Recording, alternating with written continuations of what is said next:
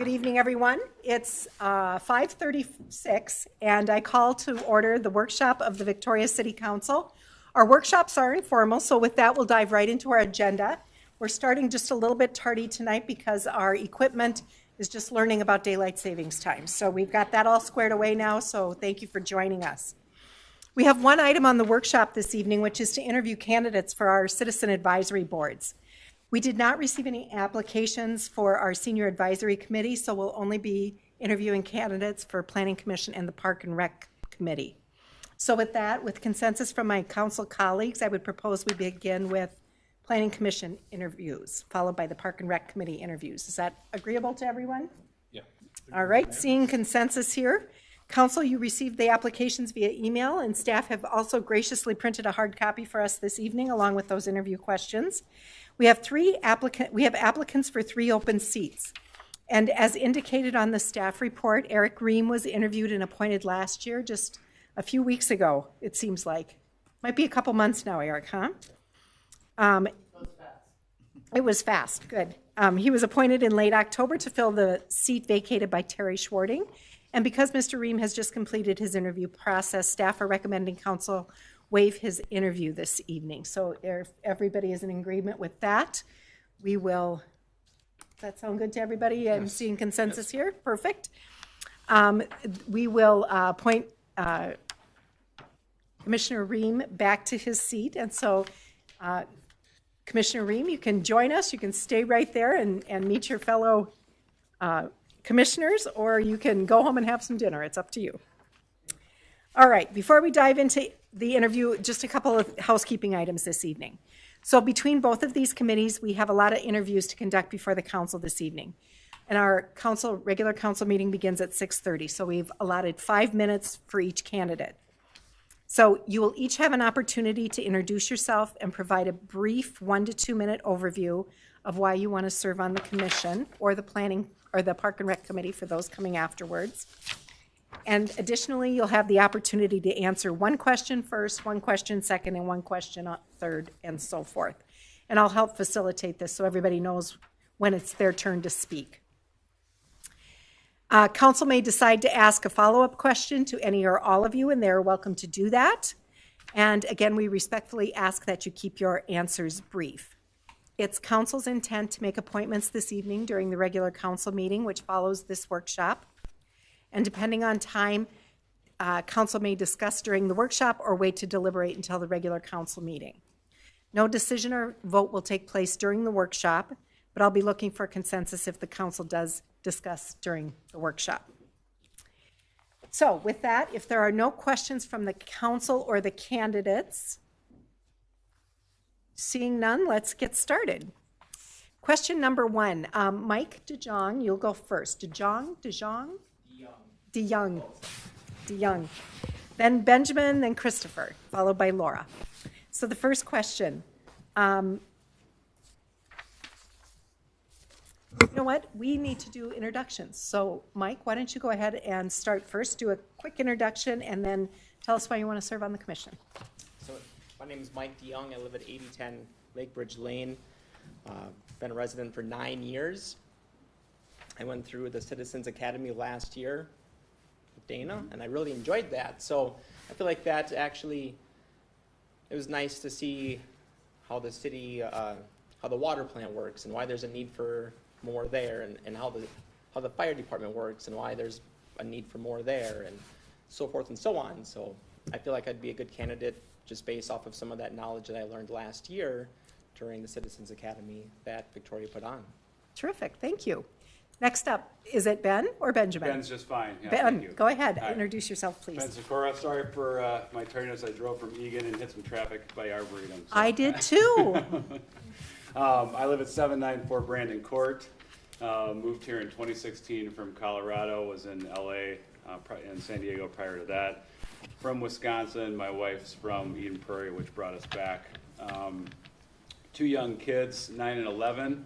We enjoy the Victoria amenities a lot. Enjoy being here and accessing the community.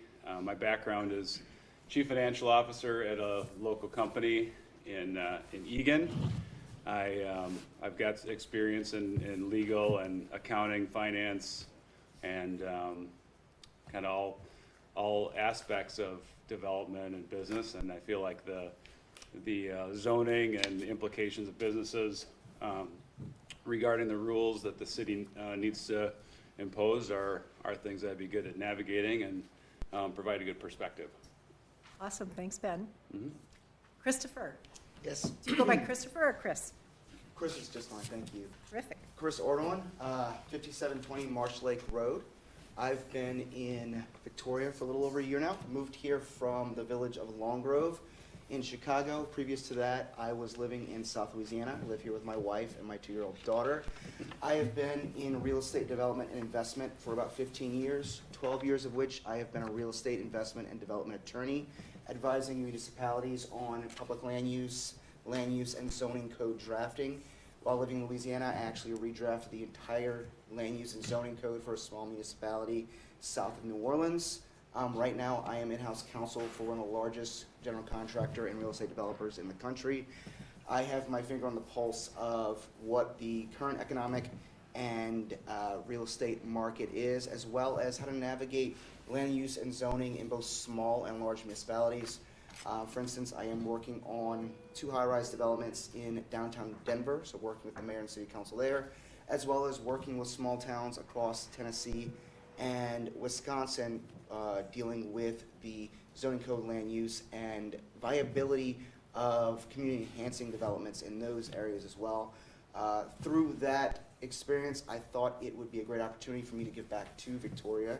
I do love it here, and I'm seeing a lot of development in the area, and I thought being able to sit on the commission that helped navigate the code, advise those developers and investors who are applying and trying to understand how the code may apply to them, whether it be via variance or economic impact or viability. Wanted to be able to give my input. Terrific. Thank you. Thank you. Laura, welcome. Thank you. My name's Laura Moore. I live at 2255 South Parkway. Lived in Victoria for about 19 years. Have 2 children, senior in high school and a sophomore in high school, both at Chanhassen High School. I've served 2 terms on the Planning Commission. This would be a 3rd. I am in commercial real estate. I'm a broker.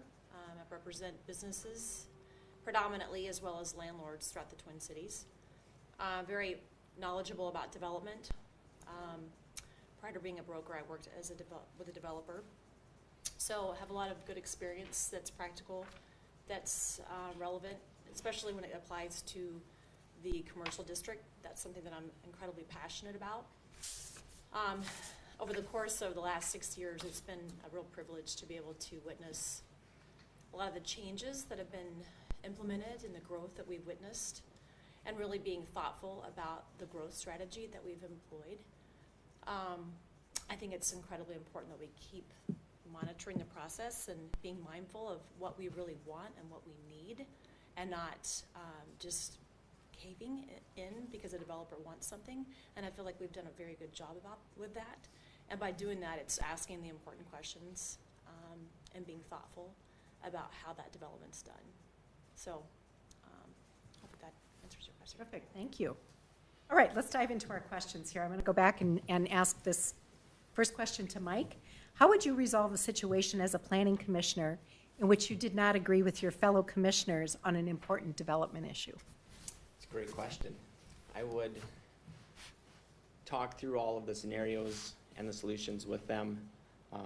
There's always 2 sides to every story, right? So I feel like I'm an even-keeled person. I can get along with most people, so figuring out why they feel that way and then explaining why I feel the other way. That's how I would go about it. Terrific, thank you. Ben, how would you resolve a situation with your fellow commissioners when you don't agree? Sure.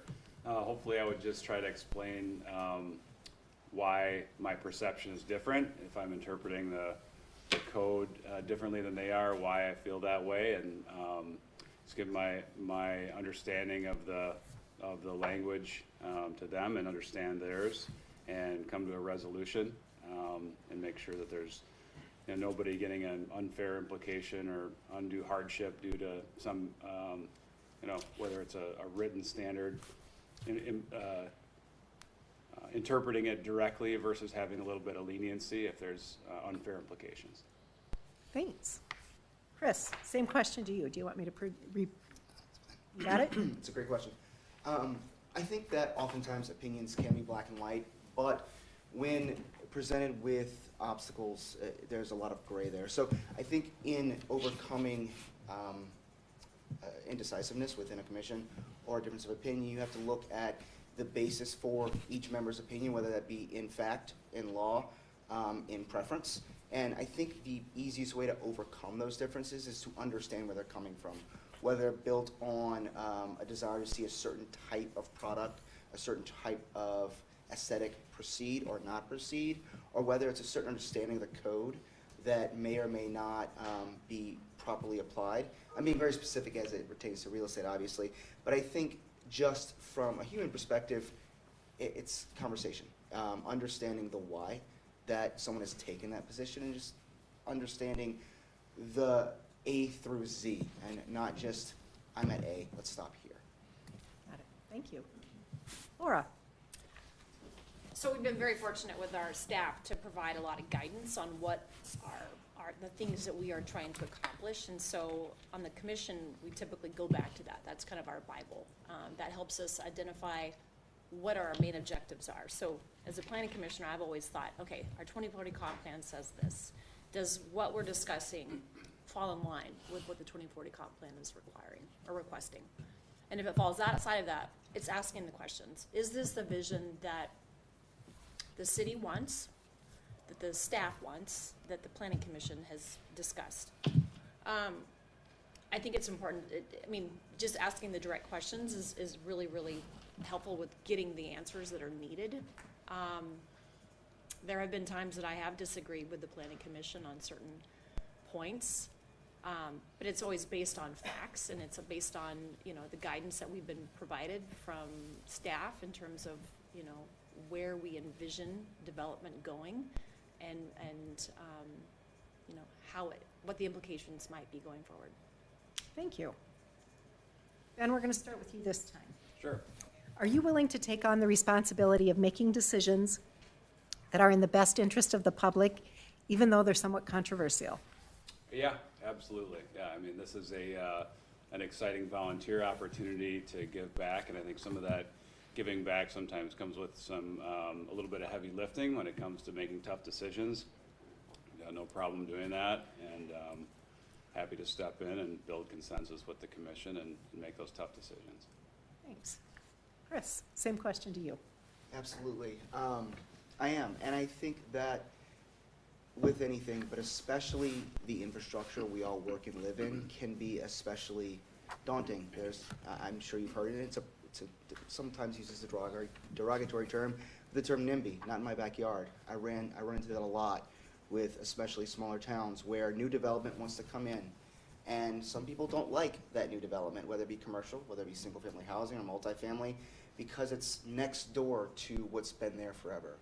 But someone down the street or the commission or the council may see a vision for the future that the individual citizens don't see. And it's about communicating with not only the council and the commission, but also the members of Victoria's citizenship through town hall meetings, why those decisions are being made. The commission may be thinking multiple years down the line in terms of the future.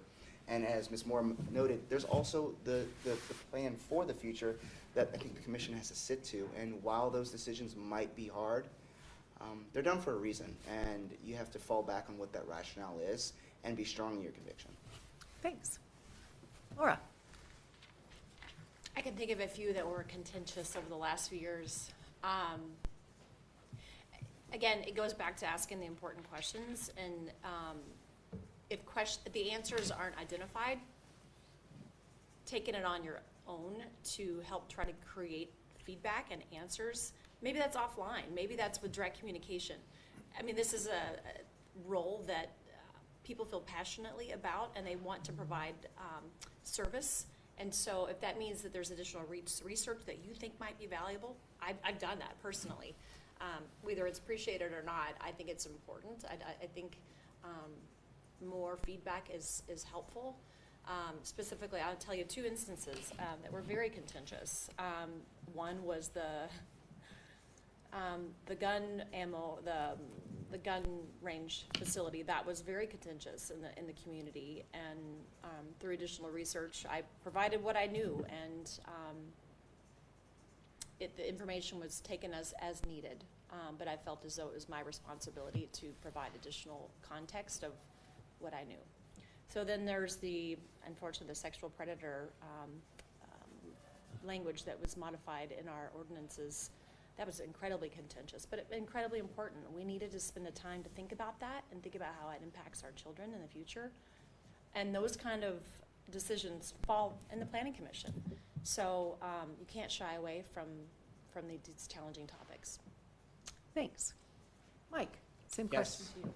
Absolutely, because we have a vision for the city of Victoria, right? So if you make your decision based off of the vision, it's always in most cases, well, it'll always be the right answer, because you have to stick to the vision that we have on paper for the city.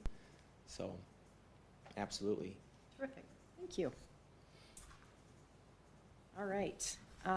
Third question, we're going to start with Chris. Okay. Describe your understanding of the relationship and interaction between the Planning Commission and the City Council.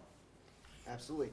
My understanding, based on the local code, as well as my contextual experience going back in my years of real estate practice, is that the commission is an advisory body that fields requests from whether it be third-party or local developers, investors, or individuals or entities that might want to expand into Victoria.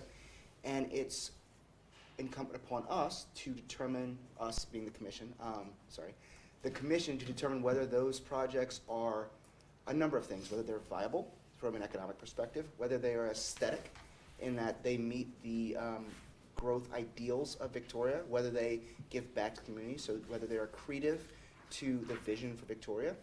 Making those determinations, coming back to this body and recommending no, no-go, or something in between. Is it that we need a developer investor to slightly change their model so that the project is accretive, so that the project can move forward and we're not left with stagnation within the city? Because that's not the ideal or not the vision of Victoria, but it's a matter of fielding those questions, understanding the code, applying the code, but it's excuse me, but also looking at the economic and just the atmosphere within the community, both the state, local, federal level, and seeing what the long-term goal is. Something I look at a lot right now is absorption rates throughout the country, and whether single-family, multifamily development is appropriate if single-family homes are sitting at 10% occupied. Does a new big development make sense, or does it not make sense? And recommending that back to you using all of the resources at the commission's disposal. Thank you. Laura, describe your understanding of the relationship between the Planning Commission and the City Council. It's a body of people that review the code, review proposed projects, and make sure they are in line. It is the fundamental of, a community supporting a project with the guidance of the Planning Commission. I mean, I guess I'm dumbing it down. I'm not an attorney. But basically, we have I don't think authority is the correct terminology, but it's the body that helps us approve projects with the first phase of a project. We don't certainly have the authority to approve projects because that's City Council, but Planning Commission needs to review all aspects in terms of, viability. Does it meet our needs? Does it serve our people? And does it plan for the future? I think that's their job, the Planning Commission, in accordance with the City Council. Thank you. Mike? So my understanding of this board is to gather the data of a project coming into Victoria, ask the questions, that project's gonna come to this room first, and we ask those tough questions at times to gather the data for the next step in that process. Terrific. Thank you. Ben? I feel like I need a tough question after they already answered it for me. But just the code zone impact of a project and whether or not there's any issues that disagree with those codes that impacts and permits, or recommend those findings to the city council. Terrific. Thank you. Laura, we're going to start with you for the final question here. Some issues that the commission hears may be controversial and draw large audiences, and you mentioned a couple of those. Do you think you work well in group situations under such circumstances? Yes. Without a doubt. It's too important not to address complicated, controversial decisions. This is our city. This is the future of the people that live here. In my job, I deal with challenging people every day. I'm certainly not afraid to address controversy and suggest solutions head on. Terrific. Thank you. Mike? Yes, I'd agree. In my daily job as well, it's not always the most popular answer, so you have to talk through it. It's just conversation. Talking through the scenario, making sure that when you make your decision that it's in line, it's accurate. Again, it's just conversation, and that's what I'd say. Thank you. Ben, same question to you. Yeah, I wouldn't have a problem kind of delivering that news or being part of the committee or the commission that did. I think as long as once the commission and council has a unified answer, giving that answer with as much detail and background and to give the community the understanding they need would probably be the most important. Thanks. Chris, same question to you. Of course. No, I don't see myself having any issues with presenting controversial opinions in front of large groups of people, whether it be a town hall or a citizenship that may disagree with the opinion that has been decided upon by the council. Not to reiterate what everyone else said, but I do deal with that on a daily basis in both large city and small municipal settings. Town halls, though, are the most important part, I think, of the Planning Commission's duty, because we do have an incumbency to the citizens of Victoria. So being able to translate the decision, even if it's not one that everyone's going to like, and even if it's to a crowd with torches and pitchforks, is not easy, but it is required, and I understand that. All right, terrific, thank you. Council, additional questions for these candidates? I'd like to propose one. Yeah, Mayor? Councilmember Evansky, please. So scribbled it down so that I can have to ask it over to Gov. I think I will start with Laura. If faced with an ambiguous situation on the Planning Commission, would you say that you're more inclined to strive for consensus, or do you tend to take an independent approach to resolving a situation in front of you? It depends on the scenario. It truly does, but if there's no unified decision, then it's incumbent on me to point out the facts without someone explaining the situation at hand and explaining the challenge. No solution or resolution is made. So if it's an ambiguous situation, I will certainly speak up and say, this is just as a reminder, these are the facts at hand. This is what we're stuck on. These are the 2 items. These are the 3 items.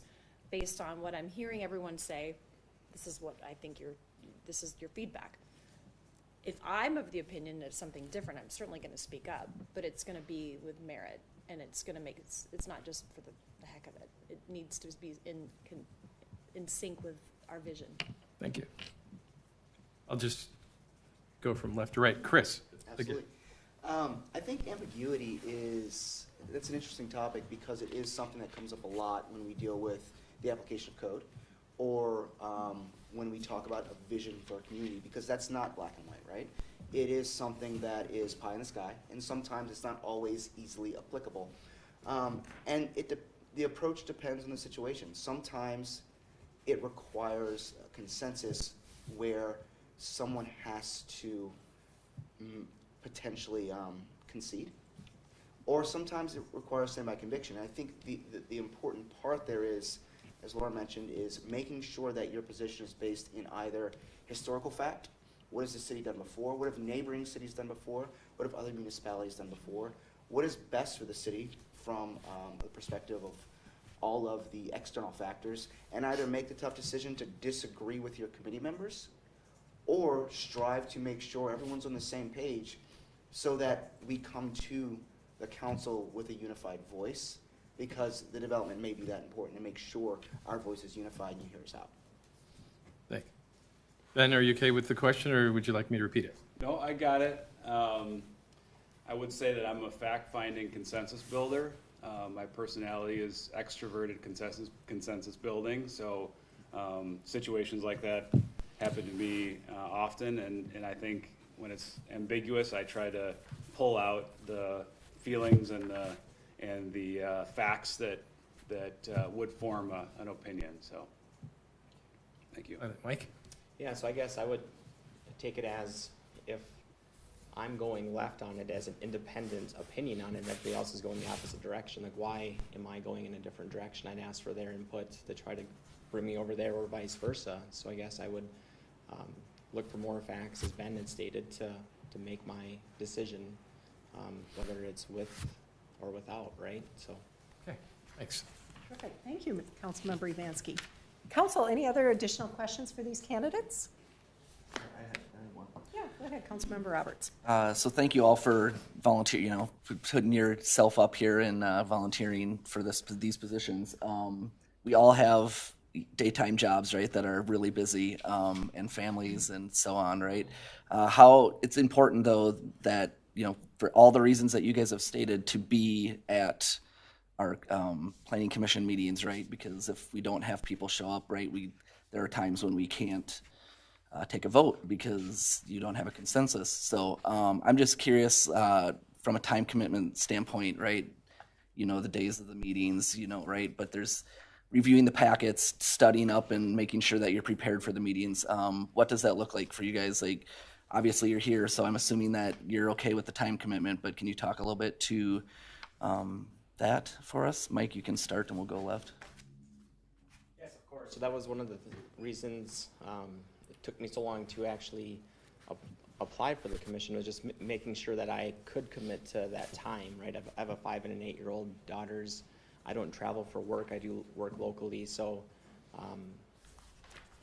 I have the time that I can work on projects, read projects at night. My kids, they're in bed by 8 o'clock. So based off of that question, I had thought through it prior, making sure that I was able to commit the time and make the commitment to the city. Thank you. Yeah, thank you. Live here locally, commute to Egan. Sorry for the delay again, but I happy to put the effort and time in. I don't come to meetings unprepared. I take pride in that, and so definitely wanted to give back and wanted to do something in the community to give back. So rather than volunteer for the firefighter, which could be next, I thought this would be a good opportunity. Absolutely. The time commitment is part of the excitement of the job, or the position, right, is to participate in the process, to understand the process. Like everyone's noted, we all live locally, but my work schedule is flexible. My wife is also an attorney, but she works from home. And I understood going in what the restraints and constraints would be with regard to time. And I'm excited to work around my own schedule to be part of the commission and the council. I understand the commitment, and I am prepared. One more question. We've talked a lot about, you've all mentioned the comp plan, right? We have a vision for the future. I guess I'm curious what you would say your vision of Victoria is in the future, right? Does it does it look exactly what our comp plan looks like, or do you have different ideas that you would bring to the table? Ben, you want to start on this one? Sure, I don't have anything significantly different than what's currently contemplated. I think that it's a very good kind of family-oriented, accessible, kind of growing area of the west side of Minneapolis, and excited to live here and be part of it. This direction, yeah. I'll reiterate that. I'm sure that the comp plan obviously took thought and time, but we are in a changing environment, both financially and from a large metro area perspective. We're a second ring suburb, essentially, that's slowly becoming a first ring suburb as we see individuals of certain generations moving out of cities and moving in to developing suburbs. That may be a trend, it may not be a trend. So I think we have to think long-term in terms of what has real estate cycles like this done in the past? What have they done to suburbs that maybe grew too quickly or too slowly and didn't keep up with those trends? So I am excited about the plan and putting it in place, but also looking toward the nuances of how the environment can change. Thank you. Laura? So I'm pretty passionate about the commercial district. That's the area that I focus a lot of my time and thought about. I think that we need to be smart about the addition of multifamily without compromising our future retail. We only have so much commercial district in this community, and I don't want to just give it away to multifamily. I want to protect what we can, but meanwhile be thoughtful about great multifamily sites. Meanwhile, I want to be very thoughtful about the density that the multifamily developers are proposing in our community. That gives me pause. Specific to your question though, Chad, I mean, the 2040 comp plan, there's a lot about it that provides flexibility. As we're growing down Victoria Drive towards Engler, that's going to be a conversation we're going to have more and more, because that's a future commercial district. And I think as we're seeing this growth, I think that we're going to find that there's going to be some retail and multifamily that's going to be in conversation soon, and I look forward to that. But I do think we're going to have to be somewhat flexible. I know the goal is to create jobs in our community, and I would hope that we can still honor that and be mindful of that as we see future developments. And that's not contrary to the 2040 comp plan, but that's something that's important. Thank you. Mike? Yeah, I mean, looking at that comp, right, it's crazy to think that Victoria at some point will be the largest city in Carver County, right? It's crazy to think that. So as you go through that vision, it's there, right? So I don't have any disregards to the 2040 vision. Thank you. And Ben, did we hear from Ben? I think he started, right? I did start. You did, Yeah. start. I'm sorry. Okay, problem. terrific. Here we are, council. Other questions then? Yeah, Councilmember Gunderson, please. A lot of times when we are talking about projects, we'll make a decision back here, or in my experience with the Planning Commission, when I was a planning commissioner, we'd make decisions, recommendations as our first go-to. And then something would change with the project, whether it's developer, the circumstances, other things with the project. And it would change in its iteration to what it was. So basically my ask is, how good are you with Plan B? And how good are you with change? If something new comes up and the opportunity presents itself that maybe not as good as the first option that was decided on, but is a better fit, how good are you at working with Plan B? And I guess, Chris, start with you. Yeah, absolutely. I think when working with Plan B, it's always to remember when deciding on Plan A, that there is a Plan B. Development does often change. I see it every day. A lot of it is economically impacted. There may be lender troubles. For instance, I don't know if anyone was reading, Blackstone's now defaulted for the third time and handed the keys back to going on $1.7 billion in real estate development across the world. So what we're seeing is developers are pivoting away from what they want to develop. So in my mind, a plan A might look like a developer comes in, and for some reason, we love the plan. For some reason, that stalls. It doesn't happen. Plan B should have always been on the table. It needs to be something that was always there. Committing to a plan A in this market and environment is, I think, a bit of a fool's errand. And we need to make sure that what little land we do have is utilized appropriately. And we don't push forward with the development so far that we've completely entitled it, we've rezoned, re-subdivided, or committed to a developer without knowing that they can either execute or that we know we can't revert to the plan B. So reverting to the plan B has to be smart. It can't be, let's go 30 stories up, and then we have to revert to a strip mall. It's got to be viable. So, that's it. What he said. So that works for me. I mean, I don't know.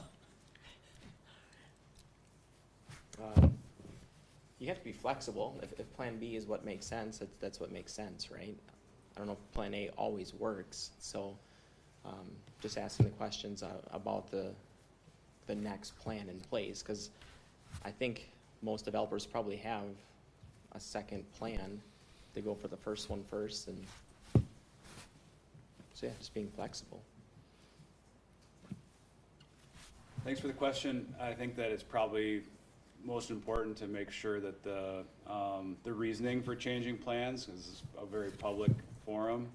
The reasoning behind changing plans is noted, and so there's not any question as to the reasoning for doing that. So just being very clear and open and keeping the communication high with all parties involved and stakeholders.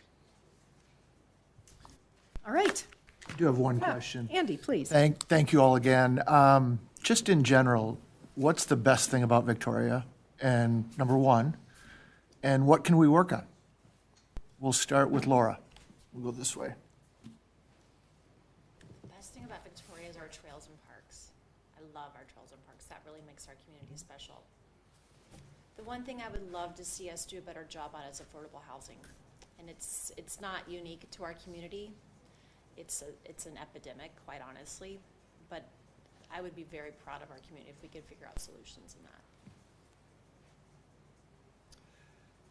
As being probably the newest member of the Victoria community, I've lived here for about a year, I can tell you that my favorite part is the combination of personality with the commercial district downtown mixed with the parks, as well as the outdoors feel. I live on Marsh Lake Road on a few acres. I feel like I'm quote unquote in the country, and that's what brought me here. Is you've got the combination of a rural feel with access to fantastic retail and commercial, and that dovetails with or segues into what I think is important is not to lose sight of positive commercial growth. I know you've mentioned that as a big one for you. This city will grow around its commercial center. What we may not need is more homes and no access to amenities. What we need are amenities. Not putting the cart before the horse is very important when you're developing a community that's going to thrive and grow.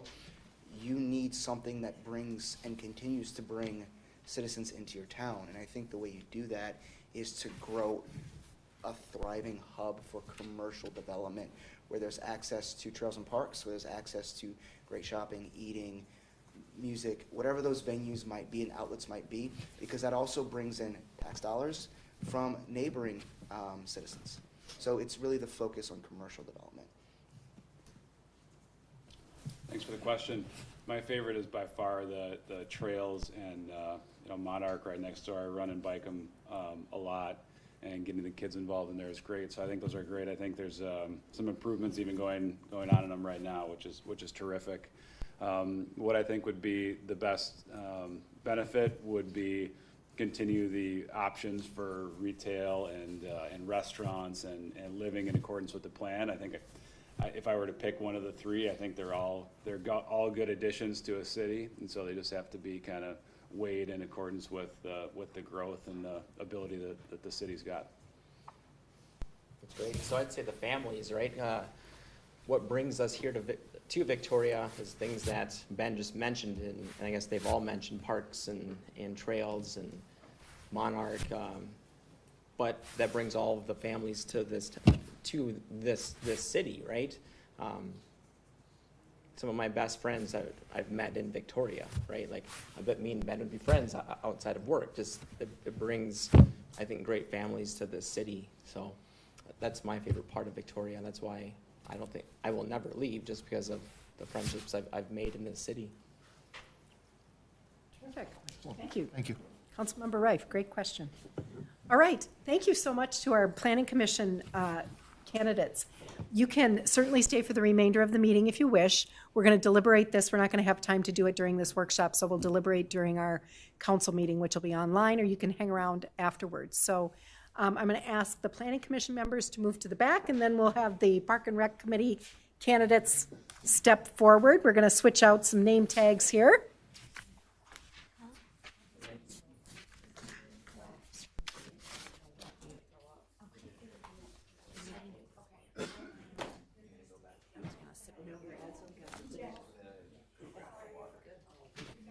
All right, and while you're getting settled in, I'll just take a minute here and remind the council that there are 7 applicants for 2 open seats on the Park and Rec Committee.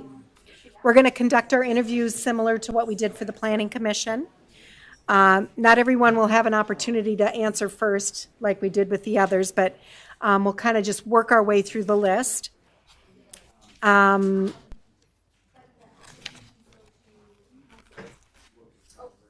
Looks like staff drew the names prior to the meeting for who goes first.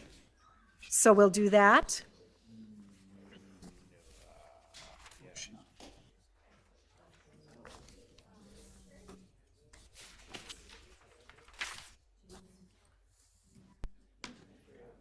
Okay. Park and Rec candidates, welcome. Are we ready to begin? Okay.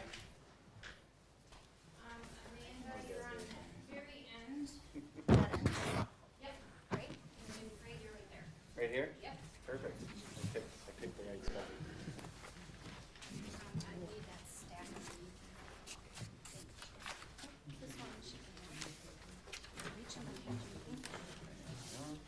be. Do we? These are not, we don't have them. So we just have these. Claudia, we just have these on our email. Yes, but I have printed copies out for you. Oh, you do? Okay. Yep, just give me a second. Sure. Sorry for the delay.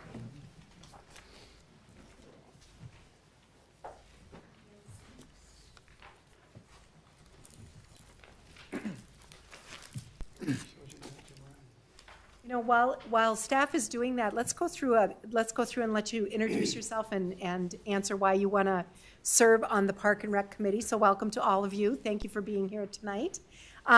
Alexander, do you go by Alexander? Or Alex is great. Alex, why don't you start us off? Introduce yourself and why you want to serve on the Park and Rec Committee. Yeah, so my name's Alex Flash. We live at 9608 Timber Terrace in the new Laketown neighborhood. We moved to Victoria from Richfield in March of 2021. We've got 2 girls under the age of 5, so I feel I have a vested interest in the park and rec spaces that we do and will continue to use. I'm interested in learning more about local government. I feel like this is a great stepping stone to potentially maybe even being on a future advisory body for the city. And I'm also serving on a 3-year term of our HOA board. I'm a strong project manager, a collaborator, and I think in terms of if this, then that mindset. So I feel like I can see kind of the near-term, work that needs to be done with keeping the long-term goal in mind. And then I have a master's degree from the Carlson School of Management. Like I said, I'm on my HOA board, and then I'm signed up for the this year's Citizens Academy, which Victoria's putting on. Thank you. Thanks. Mike, welcome back to the Park and Rec Nice to see Committee. you guys again. Mike DeYoung, the Parks and Rec Board interests me. I have a 5 and 8-year-old. We use all of the trails. We use a lot of the parks. We like to bike to different parks. We enjoy that. enjoy being outdoors. I grew up in super small town South Dakota, so like you live outdoors your entire life as a kid essentially, and I feel like the city, it does have a small town feel, but just making sure that the parks and trails, that we can utilize all of them and that they are all connected, and we can explore the city from that system. Terrific. Thank you. Claudio, welcome. Thank you. Name's Claudio Groppetti, 2445 Heron Lane in Lakebridge. I've been a Victoria resident for 13 years. Background comes engineering management, product development, product marketing for small 20-man shops up to Fortune 500 companies. I'm currently on the Park and Rec Board. Pleasure working with Ann. I think we have a good committee. Probably the biggest passion I have is trying to figure out a way to close our trail gaps. That's if we can do that, that'd be good. So I'd just like to continue the work that we've done. You may not realize it, but I think 3 years ago we had something on the order of 13 gaps. We've got that down to 8 with the priority of, I think we delivered a plan to you folks for another 3 or 4 just to focus on the biggest bang for the buck. So look forward to working with the committee and Ann going forward and see if we can close those gaps. Terrific. Thank you. We share that. We share that priority. Brian, please. Hi. Welcome. Thank you. My name is Brian Vincent. I live at 2515 Heron Lane in the Lakebridge neighborhood. Like Claudio, I have been on the Parks and Rec Committee since September of 2020. I was originally selected as an alternate and then asked to join after somebody vacated their position. I am on the HOA for the Lakebridge neighborhood as well, and have served on a number of other boards in the past. I think, much like Claudio, I think I'm really proud of the fact that we've been able to close this gap, but I also think there's a lot more work to do. I think with all these new developments coming in, there's going to be new parks, there's going to be a lot of new opportunities to really do some great things. So I'd really like to continue helping out and seeing that stuff move forward, because I think we've made some really good progress over the past several years. Perfect. Thank you. Kyle, we've met before. Yes, we have. Yeah, please. Hello, I'm Kyle. I am 18 years old. I am a senior at Chanhassen High School right now. I live at 1165 77th Street. And my background is, the only paying job that I've had has been with Chanhassen Parks and Recreation. So I am very invested in our Victoria Parks and Rec space, working in the field, as well as enjoying our parks and trails. In school, I currently am in our play, I am in theater, I am on the speech team, holding a leadership role in most to all of my extracurriculars. And coming from a lower income household and being a person of color, my bottom line has often been equity, and seeing an opportunity to have a student position in a field that I'm very interested in. I leapt at the opportunity just because I feel like local government has a lot more impact than people often give it for. And so I feel like any impact that I can give, be it in a student position or in a non-student position, I feel like could create a great impact within our community. I think it's also important to note that I have watched every episode of Parks and Recreation several times. Do you have any experience with our Park and Rec department? Do you see any mirrors? Does that experience mirror the one on TV? A lot of the social archetypes do pop up. I would describe myself a little bit as an Andy. Okay. Fair enough. Fair enough. Thanks, Kyle. Greg. Yes, my name's Greg McCurry. I'm at 2535 Acorn Run, also in Lakebridge. So maybe Lakebridge can just corner this thing. But after Kyle's speech, I'll just bow out and you give the position again. Which would be great. You'd be great. Thank you. I applaud you for being here.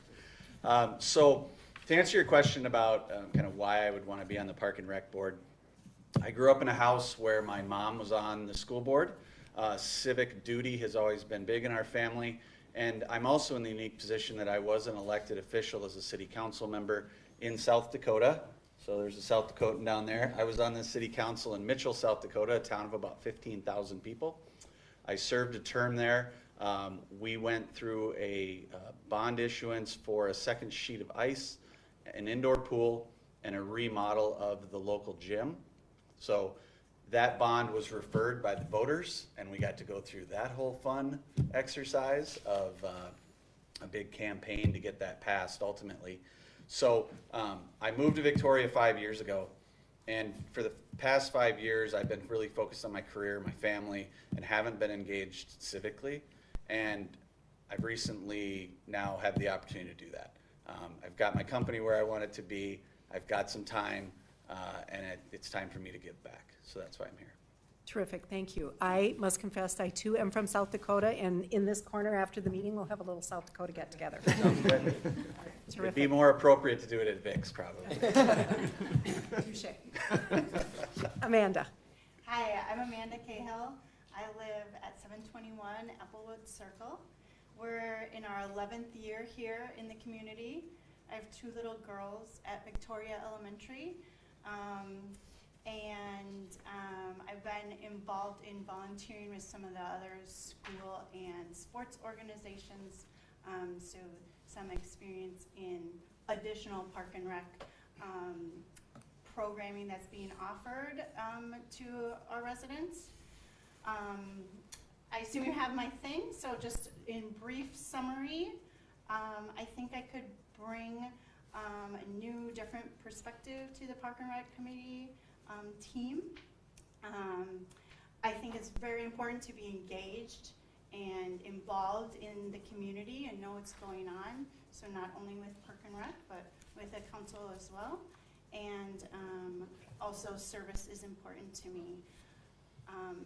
Finally, I grew up in Eden Prairie, so not too far away, and had the experience of working on their Park and Rec team for many, many years. And so I can bring some of that insight and experiences to this team. Terrific, thank you so much. All right, next question, we're going to start with Amanda. And get my paperwork in order here. The question is, what type of experiences do you have? You mentioned the experience with the Eden Prairie Park and Rec, but other experiences that you have that will make you a good committee member? Yeah, with City of Eden Prairie, I had multiple roles. So from being kind of at the start in swimming and lifeguarding and swimming lessons, and then to at one point being involved and in charge of their tennis program, so tennis coordinator, which I'd love to see Victoria grow to have as many programs as Eden Prairie has, with all of the young families in the town. And I bet Ann can attest. I looked the other day, I think Eden Prairie Park and Rec has 25 staff members alone helping to run that. I also work locally, so I work at Holy Family Catholic High School, and in that role I'm in charge of their gala and auction. So I have to work with a lot of volunteer committee members in that role as well, and we're always, you know, moving towards the same goals. So I think being a part of a team like this and part of a committee and moving towards the same goals really is rewarding and engaging and encouraging of everyone. Terrific, thank you. Next we'll hear from Greg. Yeah, so as I alluded to in my opening comments, my experience being a city council member, I was also the liaison to the Park and Rec when I was on the council. So working with that staff, working with their plan, along with the facilities, and of course the budget. And I think that's really important. When you look at facilities, building a facility is one thing. Keeping it maintained and keeping it operational is a whole different budgeting thing.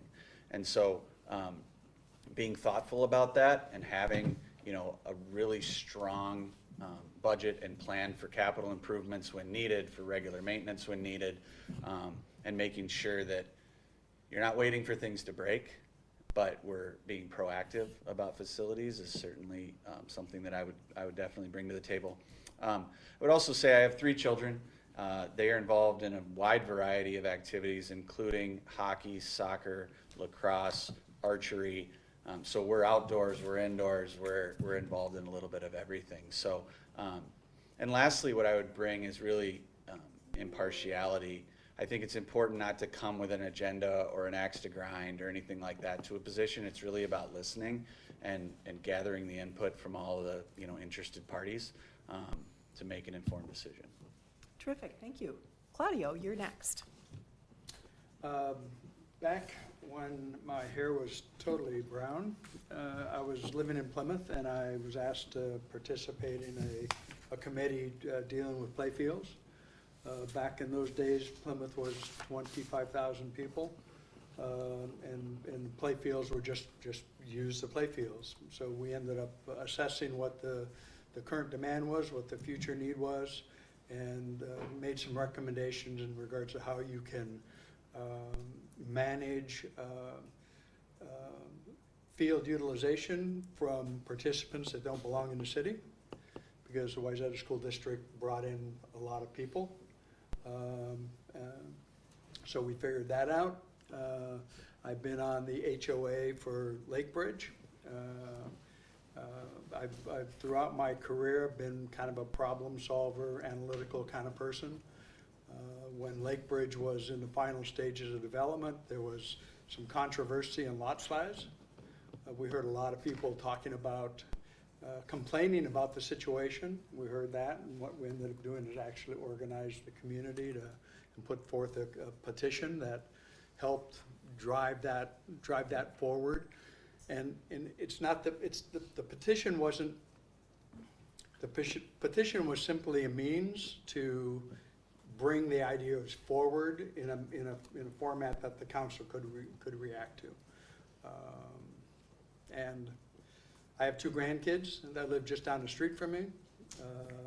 And again, my dedication to the Parks and Recs, I've attended over 90% of the meetings over the past 3 years. So that's what I bring. Thank you. Alex, you're next. I would say one of my greatest strengths is that I love to learn and I love to put my knowledge to work, including like when I have a chip in my shoulder, I will usually work the hardest to prove, you know, my worth. And I guess an example of that was, so I played college golf at a D3 school, and the coach was very explicit about me not being, you know, probably not going to be on the top 5. Fast forward 3 years, and I graduated college in 3 years from Gustavus, and I was the hardest working. I won the hardest working player award that year, and finished. You know, we brought two teams to events.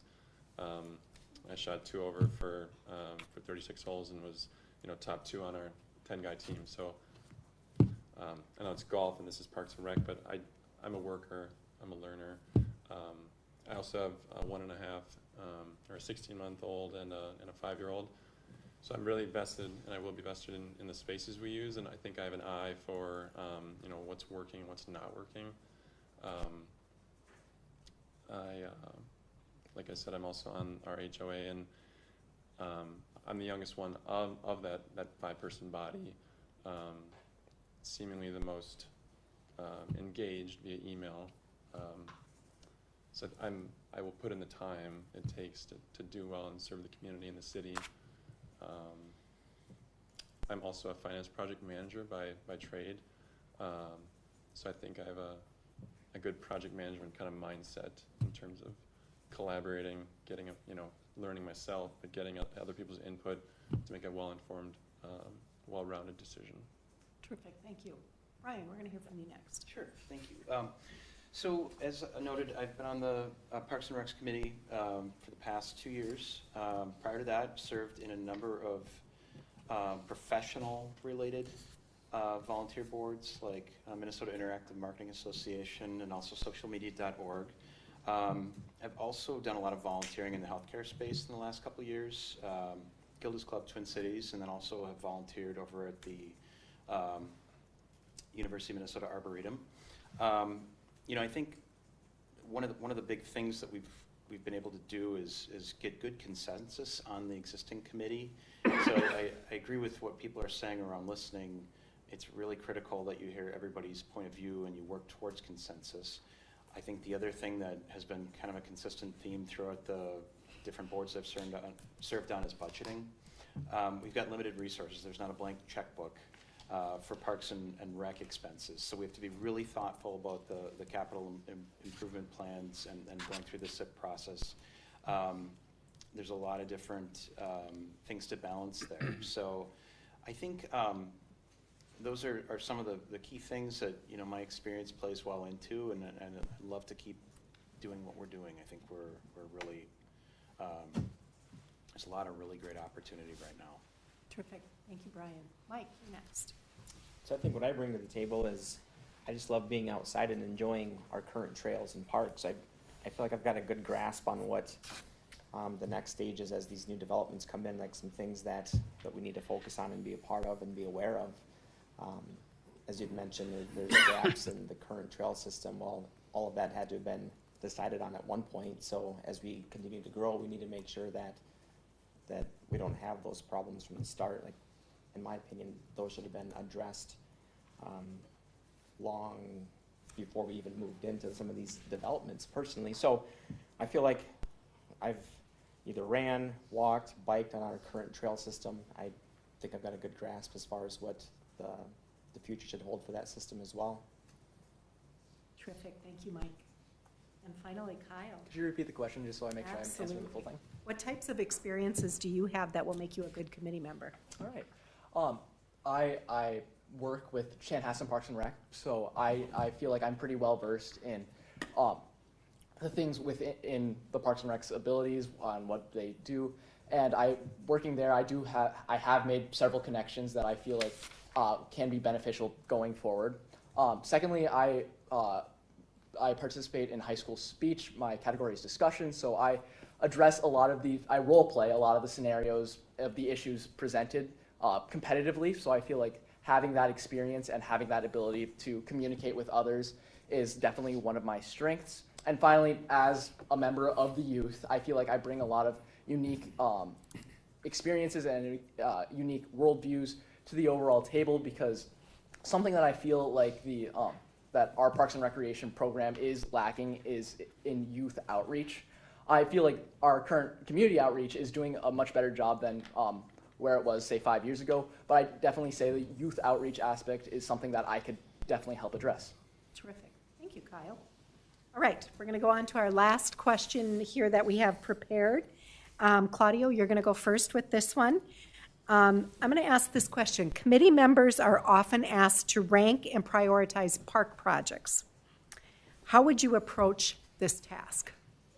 Claudio, will you start us off on that one? The same way I've done it throughout my career. Being in engineering management and product development and product management, you have a list of projects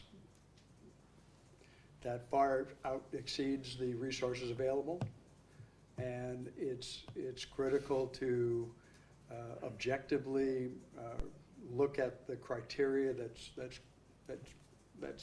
critical for our cause. For example, trail gaps.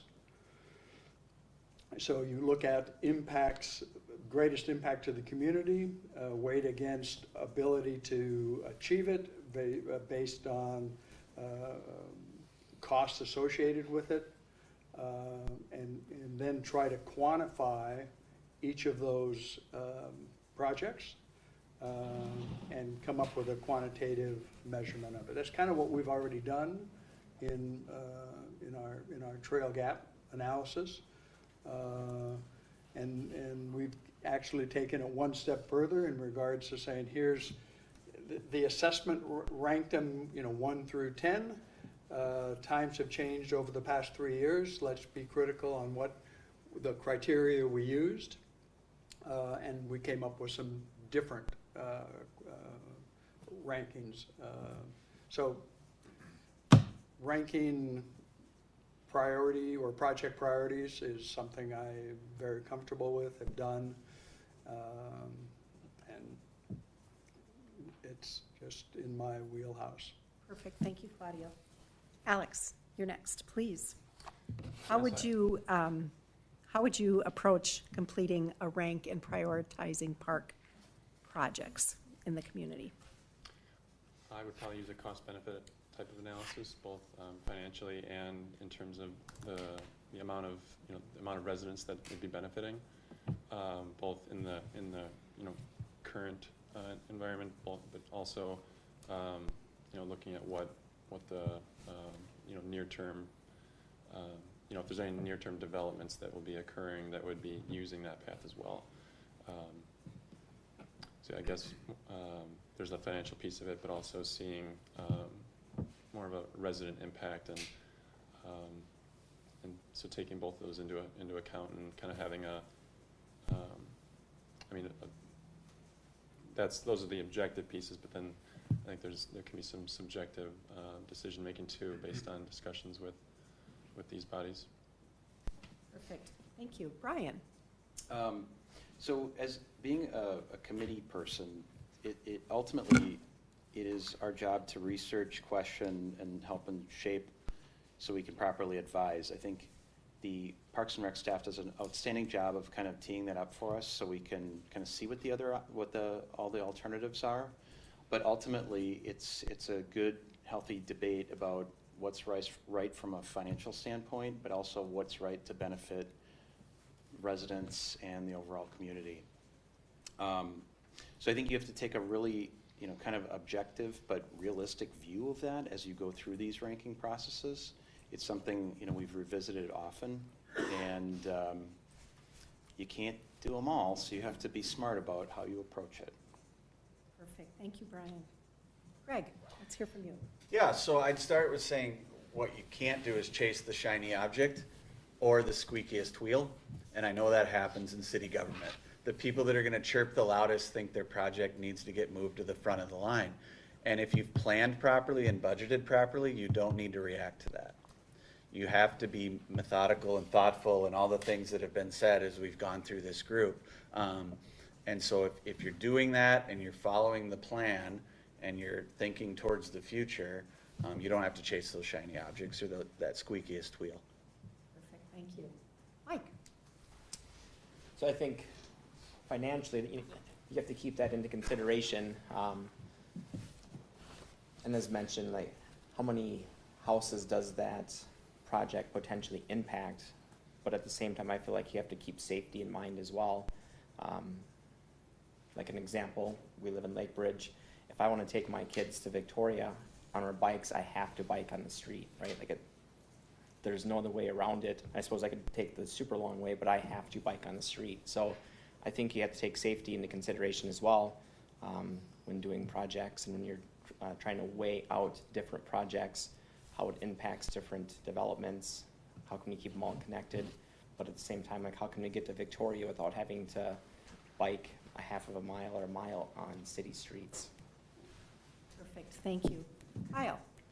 Thank you. I think sometimes when looking at several different options, there might be one that appears to be the greatest option out there. However, I think it's also important to take into consideration that it may not be the greatest option for everyone.